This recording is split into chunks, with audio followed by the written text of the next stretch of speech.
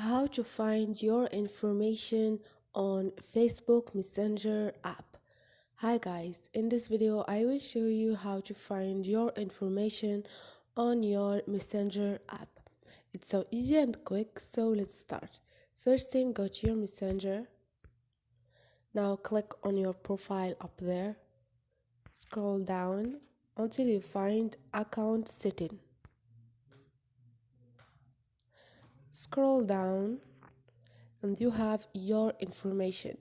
Here you can view or download your information and delete your account at any time.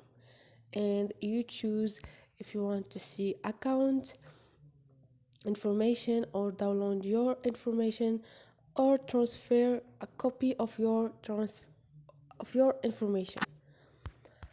Hope this video was helpful to you, and if you liked the video, don't forget to subscribe and like.